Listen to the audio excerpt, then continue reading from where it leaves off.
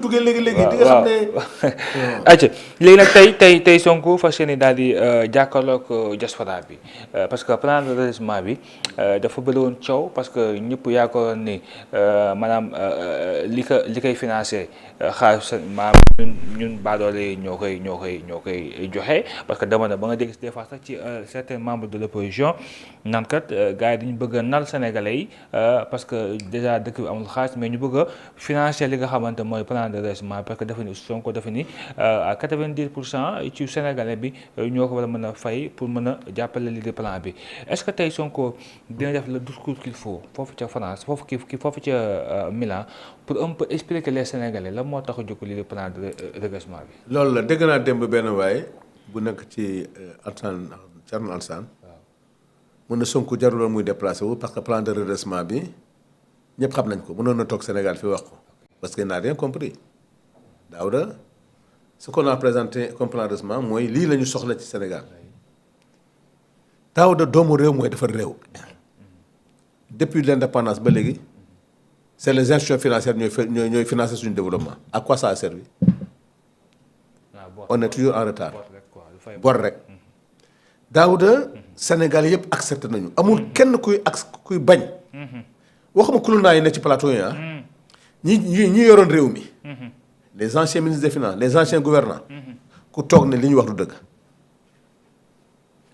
que le Sénégal ñu ngi wax rek dettu 500 millions de dollars 500 milliards yi Macky Sall lépp pour ça les dettes cachées amul benn ancien ministre des finances amul benn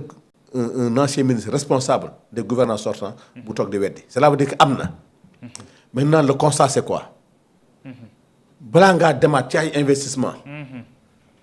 bor yi nga am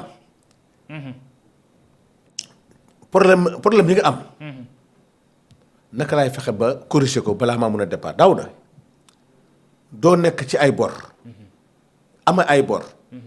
amee ay difficulté pour gérer sa kër ngay dugg ci ay programme d'investissement yoo xam ne ci ay bor nga koy tegaat ñu lancer un plan de redressement lu ñu war a redresser suñu économie bi nga xam ne moo dañoo nekk en retard maanaam li ñu tardé naka nañ koy combler balaa ñoo déparé waat ñu ngi dem ci budget 2026 te am nañu retard ñu ne est-ce que di lebaat di fay bor est-ce que solution la ñu ne déedéet doomu réew mooy defar réew bor boobu ngay dem di lebaat gravité mooy bor bi di nga ko leb am ay taux de change bor bi di nga ko leb mu jëral la ay intérêt di nga ko leb balaa ngaa fay bor bi rek tout ce qui tourne autour du service de la dette dina dem ba tolloog bor bi ñu ne noonu ñun sénégalais yi tous les patriotes nañu xool ñun ak suñu capacité de mobilisation financière ak suñu engagement naka nañ koy redresser suñu bopp ba nga xam ne ëllëg dootul pour ñun Daouda c'est que ces gens-là pourquoi ils n'ont pas compris Daouda c'est pas une génération sacrifiée c'est une génération qui travaille pour le futur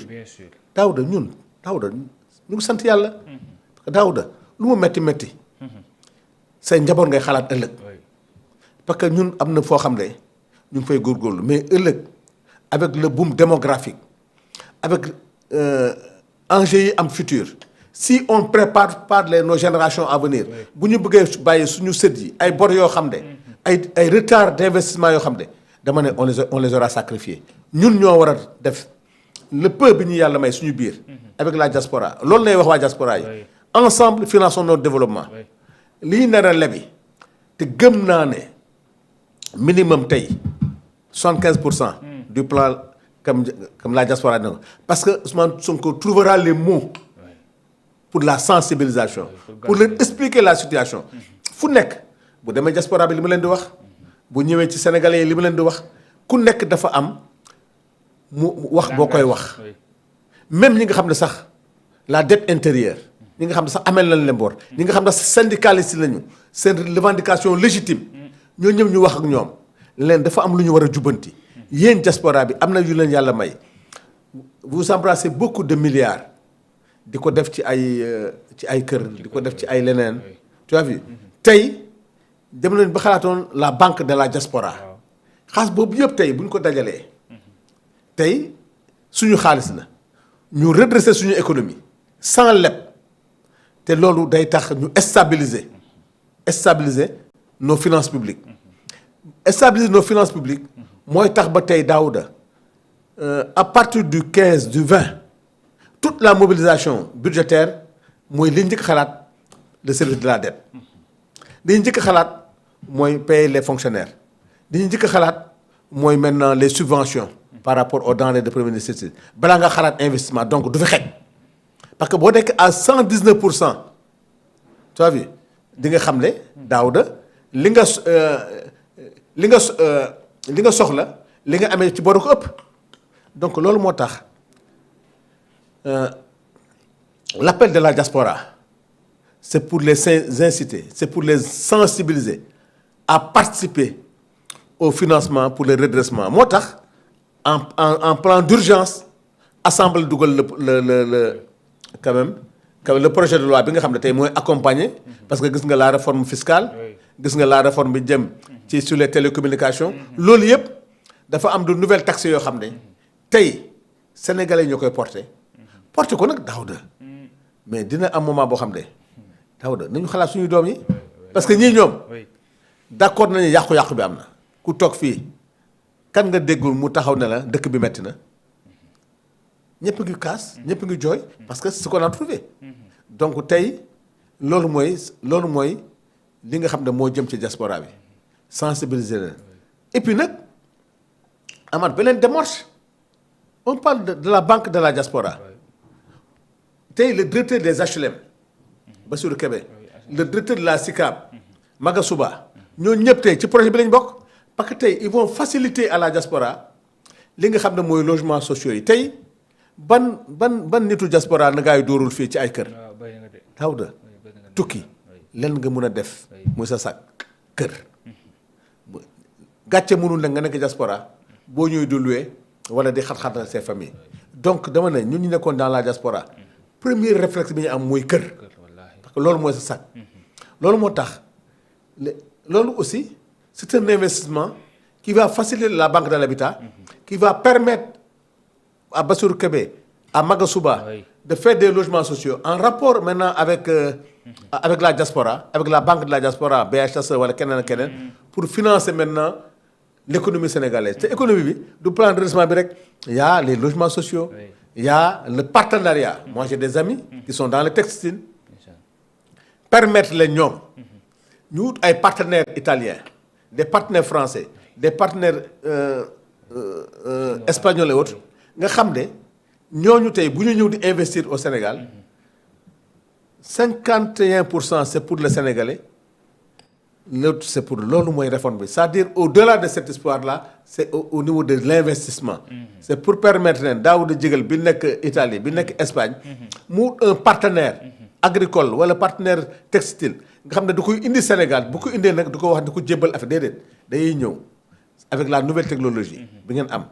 avec les moyens bi ngeen am et ñun la disponibilité de nos terres et la facilitation de notre fiscalité permettent d'investir au Sénégal parce que nag option bi jël moo tax les produits sénégalais ne sortiront plus en brut au Sénégal. C'est important. La transformation se fera au Sénégal et la transformation va amener l'industrialisation et l'industrialisation va amener des emplois au Sénégal, va aller sur la stabilité sociale du Sénégal. loolu moo tax diaspora bi tey contrairement à li Barthélémy doon wax il ne représente que 4%. il représente 80% de l'économie sénégalaise. En tout cas ñoom ñoo yor kër yi ñoo yor kër yi Daouda xam naa ci dara Daouda ñoo yor kër yi. toi oui mais waaw. événement nga koy xam. wala boog ñu am ay fêtes religieuses yu am fii ci réew mi daanaka ñoom ñoo yor kër yi et puis geste bi Sonko def dafa am solo na see dem sax fekk leen sax au moins gisante ñoom saafante ñoom loolu c'est important. gis nga Daouda. oui mobilisation bi nga gis noonu. waaw mooy Sénégal. dëgg la Ousmane Sonko tey bu nu woon tey nañ ñibbisi. nañ koy teeru. stade Lamine kenn du fa xëy. dëgg la c'est important en tout cas ñu ngi la diaspora c'est l'image du Sénégal oui. mobilisation moo ngi gis. yaa ngi koy yëg nii. oui bien sûr. ñun ñëpp démb bi ñu ko gisee. oui ñëpp a kontaan.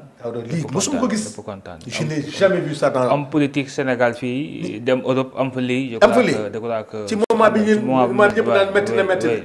oui nga gis